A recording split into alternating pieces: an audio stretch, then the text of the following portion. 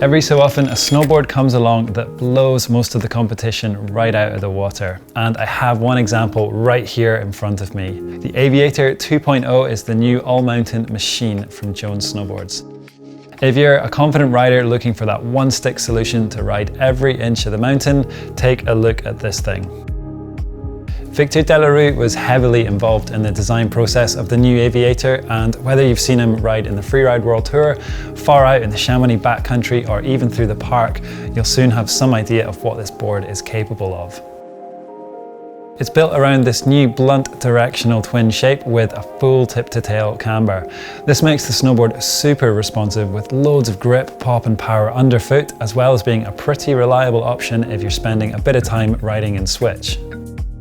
And adding to this, the new Aviator features Traction Tech 3.0 edges.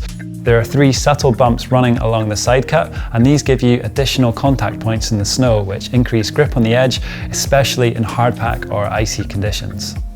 Given that the Aviator 2.0 is the only board in the Jones line with a full positive camber, along with the Traction Tech, I'd say it's got to be one of the most stable and confidence-inspiring boards to ride on the edge. Experienced riders will really be able to push this board in challenging terrain and trust that it will hold up under the pressure. Perhaps the only drawback of a full camber profile is its effectiveness to float in powder, as well as, say, boards with a directional outline or long rocker nose sections. Jones have worked around this though with their 3D base contouring in the nose and in the tail. Starting from just outside the contact area, the Aviator 2.0 features a mellow spoon-like bevel of around 4mm. 3D bases are becoming increasingly popular, and in this instance it allows you to still take full advantage of that powerful camber while increasing glide, flow and float at the ends of the board. Rather than simply tipping the snowboard onto its edge, the Aviator rolls in between turns, eliminating that twitchy feeling you often find on rougher, choppy terrain. And by beveling the base in these areas of the board, it also reduces the friction up at the front end, allowing you to glide faster, but more importantly, to deflect snow out to the sides of the board rather than plowing through it, which gives you some additional float in the deep stuff. Now, it's already starting to sound like a pretty impressive snowboard, and that's before we come on to the materials and the construction. So the flex pattern on the Aviator 2.0 is slightly directional, making it a little bit stiffer in the tail for some added drive out of your turns, but the overall rating sits at a pretty snappy 8 out of 10. The power core is made up of poplar, paulownia and bamboo wood stringers, which creates a really effective blend of lightweight response with power and durability.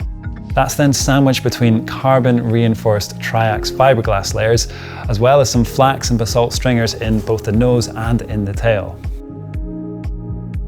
This is what gives the Aviator 2.0 its altogether more powerful and reactive flex. But if you're properly driving the board, it's going to reward you with loads of stability and a really dynamic flex pattern that just gets better the more you push it. But what really caught the eyes of our test team this year was the new Koroyd core featured in the nose of the snowboard. Now, this is a state-of-the-art composite material which was first developed in the aerospace industry, so it seems fitting that it's been used here on the Aviator. It's made up of thousands of hollow extruded tubes, and these are all connected by a thermal welding process. Put simply, this does 3 things. Firstly, it improves the dampening properties of the board and soaks up all of that high-speed chatter you often get at the front end. Secondly, it increases the response in the nose by making it more maneuverable and reactive at the start of a turn. And finally, it weighs next to nothing, so it drastically reduces the swing weight of the board. As with all Jones snowboards, the Aviator 2.0 is built with some of the most sustainable and eco-friendly materials and practices in the industry, limiting its impact on the planet. But in every other sense, this thing is pretty deadly. It's certainly not a board for the faint-hearted, but the Aviator really is a thing of beauty, right down to the artwork on the top sheet from Jones' resident artist, RP Roberts. I'd say you definitely need to be pushing your limits to get the most performance from it, but for advanced riders who take a no-compromise approach to riding, this is undoubtedly one of the best all-mountain snowboards you could strap into this season. Thanks for watching, guys. Hope you liked our review of the new Aviator 2.0 snowboard from Jones. If you have any questions, please do stick them down below in the comments. I'll make sure I get back to you. And in the meantime, please do subscribe to the channel for loads more snowboard reviews for the coming season. Thanks again. See you in the next video.